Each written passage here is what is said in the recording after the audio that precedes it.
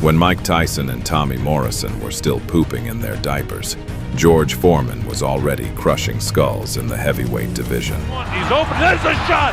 A left hook catches him, and down goes Rodriguez. There's a right hand, down goes Moore! He's flat on his back! And when these four tough guys stepped in front of him, they found out very quickly why they themselves should have been wearing diapers in the ring. Nobody hit like George Foreman. George Foreman hit hard, champ. He hit hard. Yeah, I never felt nothing like that. I got hit by a car one time, I ain't gonna lie. That's how I felt when I fought George Foreman. In today's video, we take a look at the original knockout monster who was terrorizing heavyweight champions before Mike Tyson was even born. Two jolting lefts and Ted Gulick goes down. Foreman swinging finally. Final knockdown takes place. And was still doing it 20 years later, making him one of the hardest hitters in the history of the sport. Let's get into it. First up, Joe Frazier, the reigning undisputed heavyweight champion of the world. The man who had beaten Muhammad Ali in the fight of the century, 29-0. One of the most feared fighters alive, known for his iron chin, his relentless pressure, and a left hook that had ended careers.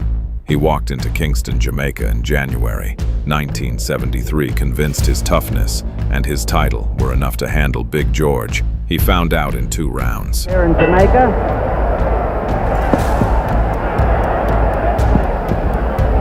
Great. Foreman having a very good round. Frazier seems to be hurt. He's been rocked. Trouble. There's the countdown. 20 seconds to go. Frazier down again. Foreman dropped Frazier 3 times in the first round alone. Each time Frazier got up. Howard Cosell screamed, "Down goes Frazier, down goes Frazier." Here's round 2.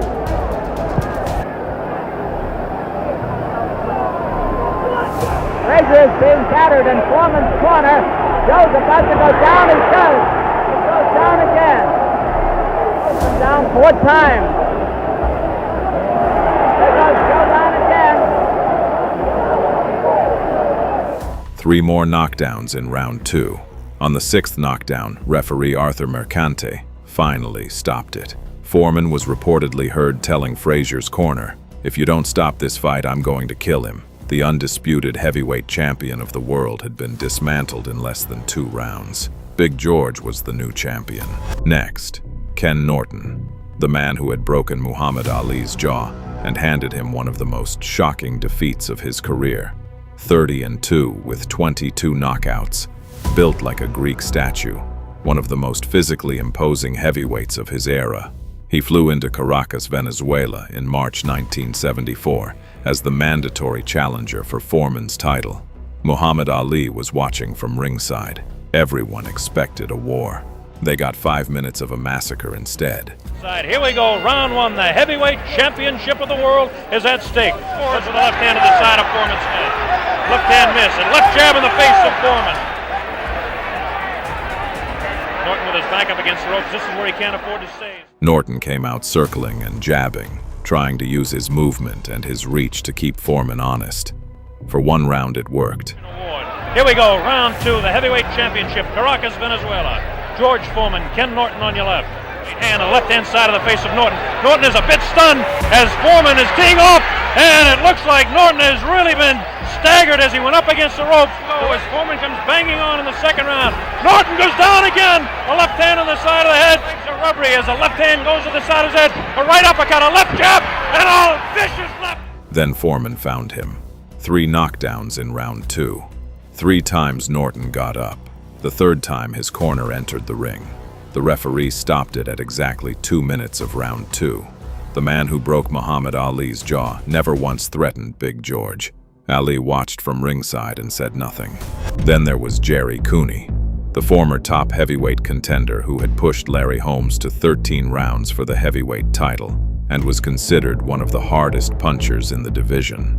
The media called the fight the Geezers at Caesars. A 40-year-old Foreman against a 33-year-old Cooney who hadn't fought in over 2 years. Nobody took it seriously. Then Cooney hit Foreman with a left hook in round 1 that buckled his legs, and everyone in the building suddenly took it very seriously. He'll get behind whoever the aggressor is in the beginning, and Here we go. Something that Gil Clancy has said that he really wanted to work on with Jerry Cooney. When you look at, and there's a couple. Cooney came out sharp, jabbing, moving, landing a left hook that genuinely hurt Foreman. For one round, the geezer's narrative looked completely wrong. Foreman said afterward, "Cooney hit me harder than anyone I've ever been in the ring with." Prior fights. Not in this one. There's a good left counter by Cooney. And trade punches. He's been fighting in spurts. There, standing his ground, punching. Then Foreman decided he'd seen enough. A left uppercut dropped Cooney. He got up. Foreman immediately drove another left uppercut into his chin, followed by a right hand.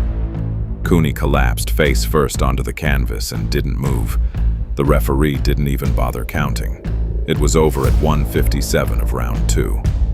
Cooney announced his retirement in the ring immediately after. He never fought again.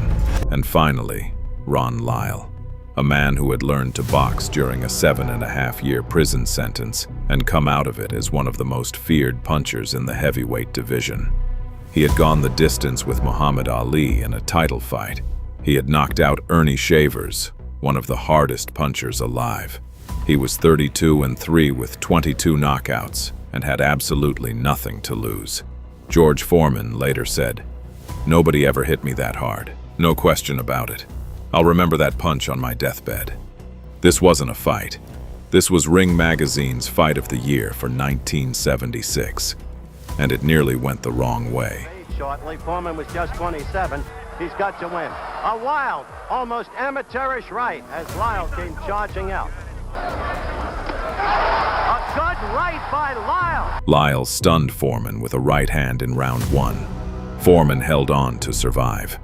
The crowd was immediately on their feet. The second round in our truck. Lyle all over. Lyle has Foreman in trouble. Foreman is down. It started with a right, then a left. Only 10 seconds left in the round. Now Foreman was staggered. Foreman was staggered by a Lyle left. Foreman goes down. Lyle dropped Foreman twice in round 4. Twice. The former undisputed heavyweight champion of the world hit the canvas twice in the same round. Lyle smelled blood and went for the finish. A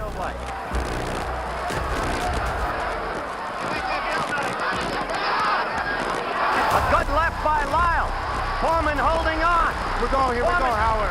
Staggering all over the ring. Lyle.